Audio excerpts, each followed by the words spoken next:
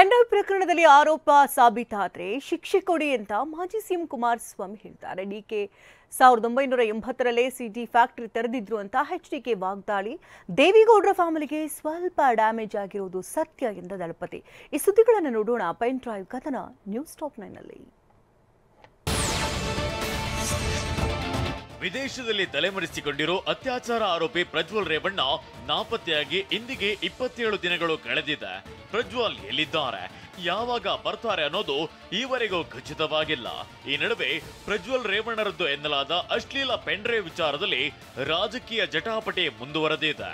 ನಿನ್ನೆ ಮೈಸೂರಿನಲ್ಲಿ ಮಾತನಾಡಿದ ಮಾಜಿ ಸಿಎಂ ಕುಮಾರಸ್ವಾಮಿ, ನಾನು ಪ್ರಜ್ವಲ್ ಪರ ಇಲ್ಲ, ಆರೋಪ ಸಾಬೀತಾದ್ರೆ ಶಿಕ್ಷೆ ಕೊಡಿ ಎಂದಿದ್ದಾರೆ. ನಾನು ಪ್ರಜ್ವಲ್ ಪರವಾಗೂ ಇಲ್ಲ.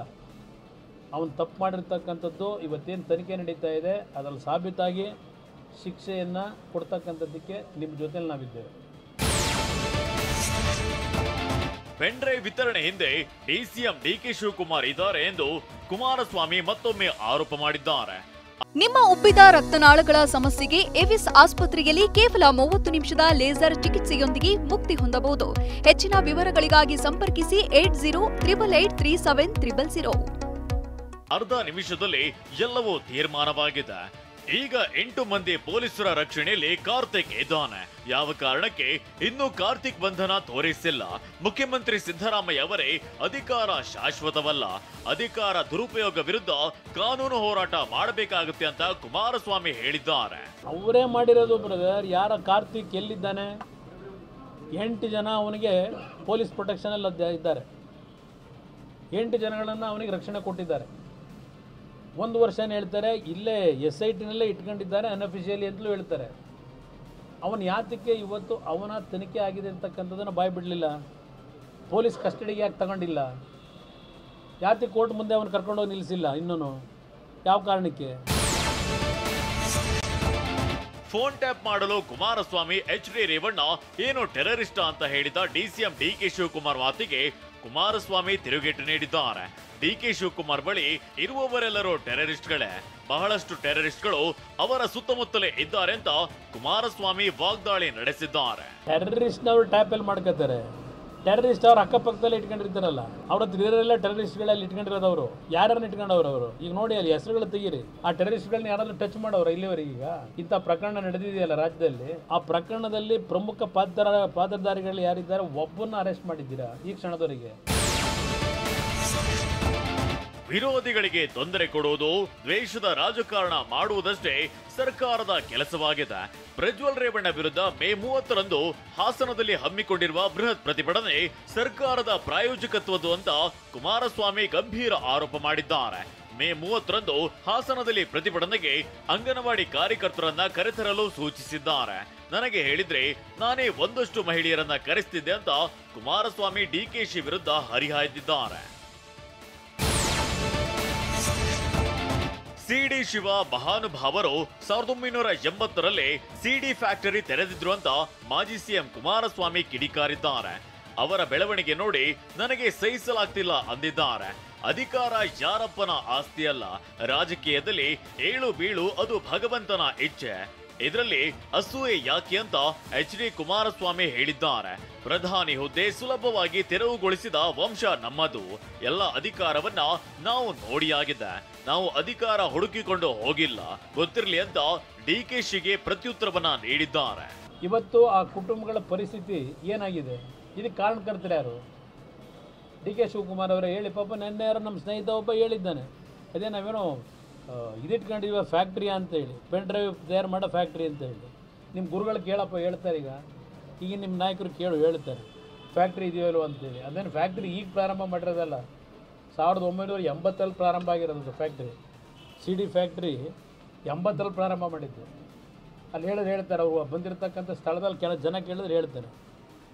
ಅವ್ರ ಗುರುಗಳೊಬ್ಬರು ಮೊನ್ನೆ ಒಂದು ಹೇಳಿಕೆ ಕೊಟ್ಟಿಲ್ವಾ?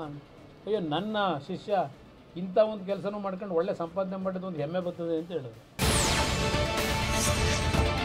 ಪೆನ್ಡ್ರೈವ್ ಮೂಲ ವ್ಯಕ್ತಿ ಕಾರ್ತಿಕ್ ಗೌಡ ಎಂದು ಮಾಜಿ ಸಿಎಂ ಕುಮಾರಸ್ವಾಮಿ ಆರೋಪಿಸಿದ್ದಾರೆ. ಕಾರ್ತಿಕ್ ಹಾಸನದ ಕಾಂಗ್ರೆಸ್ ಅಭ್ಯರ್ಥಿ ಇಟ್ಟುಕೊಂಡು ಡಿಕೆ ಸುರೇಶ್ ಬಳಿಗೆ ಮೊದಲು ಹೋಗಿದ್ದ. ನಂತರ ಅದನ್ನ ಸಿಡಿ ಶಿವಕುಮಾರ್ ಕಾಪಿ ಮಾಡಿಕೊಂಡಿದ್ದಾರೆ ಅಂತ ಆರೋಪಿಸಿದ್ದಾರೆ.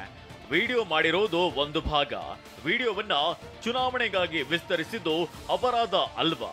ವಿಡಿಯೋ ಮಾಡಿದ್ದಕ್ಕಿಂತ ಅದರ ವಿತರಣೆ ಹೆಚ್ಚು ಅಪರಾಧ ಅಲ್ವಾ ಅಂತ ಕುಮಾರಸ್ವಾಮಿ ಪ್ರಶ್ನಿಸಿದ್ದಾರೆ. ಫೋಟೋಗಳಿದೆ. ಯಾರ ಕಾರ್ತಿಕ್ ಇವ್ರ ಮನೇಲಿ ಕೆಲಸದಲ್ಲಿದ್ದಾನಲ್ವ, ರೇವಣ್ಣವ್ರ ಮನೆಯಲ್ಲಿ, ಅವನು ಮೂಲ ಇದರಲ್ಲಿ.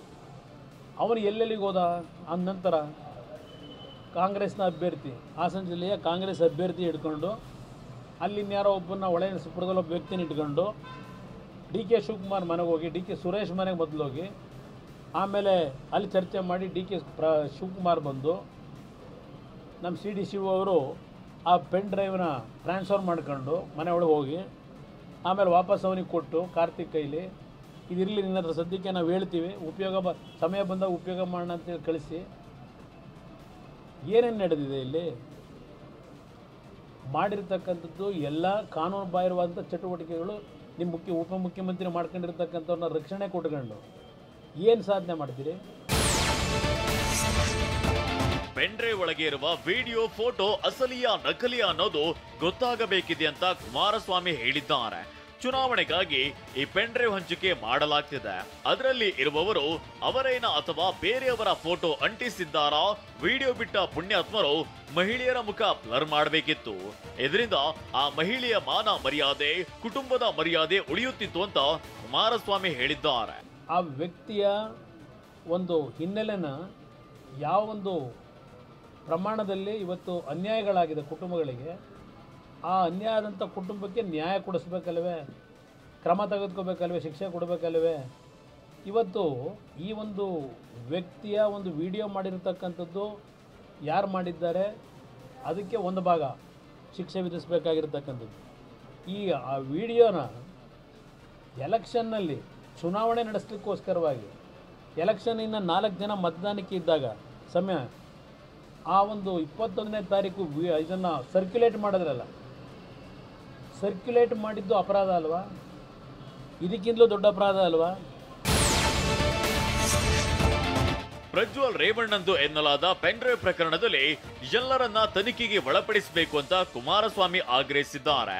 ಸಿಎಂ ಡಿಸಿಎಂ ಯಾವ ಅಧಿಕಾರಿಗಳಿಗೆ ಯಾವ ಸೂಚನೆ ಕೊಟ್ಟಿದ್ದಾರೆ, ಯಾರ ಜೊತೆ ಸಭೆಗಳನ್ನ ಮಾಡಿದ್ದಾರೆ, ಎಲ್ಲಾ ಮಾಹಿತಿ ನನ್ನ ಬಳಿ ಇದೆ. ಅವರ ಅಕ್ಕಪಕ್ಕ ಇದ್ದವರೇ ಮಾಹಿತಿ ನೀಡಿದ್ದಾರೆ. ಡಿಕೆಶಿ ಬಳಿ ಇರುವವರು ನಮ್ಮ ಅಭಿಮಾನಿಗಳಿದ್ದಾರೆ. ಅದೇ ಕಾರಣಕ್ಕೆ ಫೋನ್ ಟ್ಯಾಪಿಂಗ್ ಅನುಮಾನ ಅಲ್ಲ, ಅದು ಪಕ್ಕ ಮಾಹಿತಿ ಅಂತ ಕುಮಾರಸ್ವಾಮಿ ಹೇಳಿದ್ದಾರೆ. ನಾವು ಕಾನೂನು ಹೋರಾಟ ಮಾಡ್ತೀವಿ. ನೀವು ಯಾವಾಗ ಅಧಿಕಾರ ದುರುಪಯೋಗ ಪಡಿಸ್ಕೊಂಡು ಹೊರಟಿದ್ದೀರಿ? ಇವತ್ತು ನಿಮ್ಮ ಉಪಮುಖ್ಯಮಂತ್ರಿ ಪ್ರತಿದಿನ ಏನು ನೀವುಗಳು ಮೀಟಿಂಗ್ ಮಾಡಿದ್ದೀರಿ, ಯಾವ ಅಧಿಕಾರಿಗಳನ್ನ ಕರೆಸಿ ಏನೇನು ಡೈರೆಕ್ಷನ್ ಕೊಡ್ತೀರಿ? ನಮಗೇನು ಮಾಹಿತಿ ಬರಲ್ವಾ? ಸುಮ್ಮನೆ ಕತೆ ಕಟ್ಟಿ ಹೇಳ್ತೀವ ನಾವು? ನಮಗೂ ಕೂಡ ಮಾಹಿತಿ ಕೊಡೋರು ಅವರೇ, ನಿಮ್ಮ ಅಕ್ಕಪಕ್ಕದಲ್ಲೇ. ಅವ್ರು ಕೊಟ್ಟಂಥ ಮಾಹಿತಿ ಮೇಲೆ ನಾನು ಚರ್ಚೆ ಮಾಡ್ತೀನಿ. ಇವತ್ತು ಸ್ಪಷ್ಟವಾಗಿದೆ, ಆ ದೇವರಾಜೇಗೌಡ, ಶಿವರಾಮೇಗೌಡ, ನಿಮ್ಮ ಡಿ ಕೆ ಶಿವು ಅವರೇ ಹೇಳೋರಲ್ಲ, ನಾನು ಮಾತಾಡಿದ್ದೀನಿ ಅಂತೇಳಿ. ಮೈತ್ರಿಗೂ ಪೆನ್ಡ್ರೈವ್ಗೂ ಸಂಬಂಧವಿಲ್ಲ. ಪ್ರಜ್ವಲ್ ಕರ್ನಾಟಕದಲ್ಲಿ ಇದ್ದಾಗಲೇ ನನ್ನ ಸಂಪರ್ಕದಲ್ಲಿ ಇರಲಿಲ್ಲ, ಇನ್ನು ಈಗ ಇರ್ತಾನ. ಪೆನ್ಡ್ರೈವ್ ಪ್ರಕರಣದಿಂದ ದೇವೇಗೌಡರ ಫ್ಯಾಮಿಲಿಗೆ ಸ್ವಲ್ಪ ಡ್ಯಾಮೇಜ್ ಆಗಿರೋದು ಸತ್ಯ ಅಂತ ಕುಮಾರಸ್ವಾಮಿ ಹೇಳಿದ್ದಾರೆ. ಪ್ರಜ್ವಲ್ HD ರೇವಣ್ಣನ ಸಂಪರ್ಕದಲ್ಲೂ ಇಲ್ಲ. ಪ್ರಜ್ವಲ್ ಭಯ ಬಿದ್ದಿರಬಹುದು, ಅದಕ್ಕೆ ಬರ್ತಿಲ್ಲ. ಪ್ರಜ್ವಲ್ಗೆ ಹೇಳ್ತಿದ್ದೀನಿ, ವಕೀಲರ ಸಲಹೆ ಬೇಡ, ನೈತಿಕತೆ ಉಳಿಸಿಕೊಳ್ಳಲು ದೇಶಕ್ಕೆ ವಾಪಸ್ ಬಾ. ತಪ್ಪು ಮಾಡಿಲ್ಲ ಅನ್ನೋದಾದ್ರೆ ಎದುರಿಸು, ತಪ್ಪು ಮಾಡಿದ್ರೆ ಈ ನಾಡಿನ ಕಾನೂನು ಪ್ರಕಾರ ಶಿಕ್ಷೆ ಅನುಭವಿಸುವಂತ ಕುಮಾರಸ್ವಾಮಿ ಹೇಳಿದ್ದಾರೆ. ಸ್ವಲ್ಪ ಡ್ಯಾಮೇಜ್ ಆಗಿರೋದು ನಿಜ, ಡ್ಯಾಮೇಜ್ ಮಾಡಿದ್ದಾರೆ. ಡ್ಯಾಮೇಜ್ ಮಾಡಲಿಕ್ಕೆ ಈ ಪ್ರಕರಣವನ್ನು ಇಷ್ಟು ದೊಡ್ಡ ಮಟ್ಟಕ್ಕೆ ಇವತ್ತು ಕ್ರೋಧೀಕರಿಸ್ಕೊಂಡಿರ್ತಕ್ಕಂಥದ್ದು. ಡ್ಯಾಮೇಜ್ ಮಾಡಬೇಕು ಅಂತಲೇ ಪಾಪ ಅದು ಇದರಲ್ಲಿ ಚರ್ಚೆ ಮಾಡಿಲ್ವ ದೂರವಾಣಿ ಕರೆಯಲ್ಲಿ? ಈ ಒಂದು ತನಿಖೆಗೆ ಸಹಕಾರ ಕೊಟ್ಟು ನೀನು ತಪ್ಪು ಮಾಡಿಲ್ಲ ಅಂತಕ್ಕಂಥದ್ದು ನಿನ್ನಲ್ಲಿದ್ದರೆ ಒಂದು ಪ್ರೂವ್ ಮಾಡ್ಕೊಳಪ್ಪ. ತಪ್ಪಾಗಿದ್ರೆ ಶಿಕ್ಷೆಗೆ ತಲೆಬಾಗು ಅಂತಲೇ ನಾನು ಹೇಳ್ತಾ ಇರೋದು.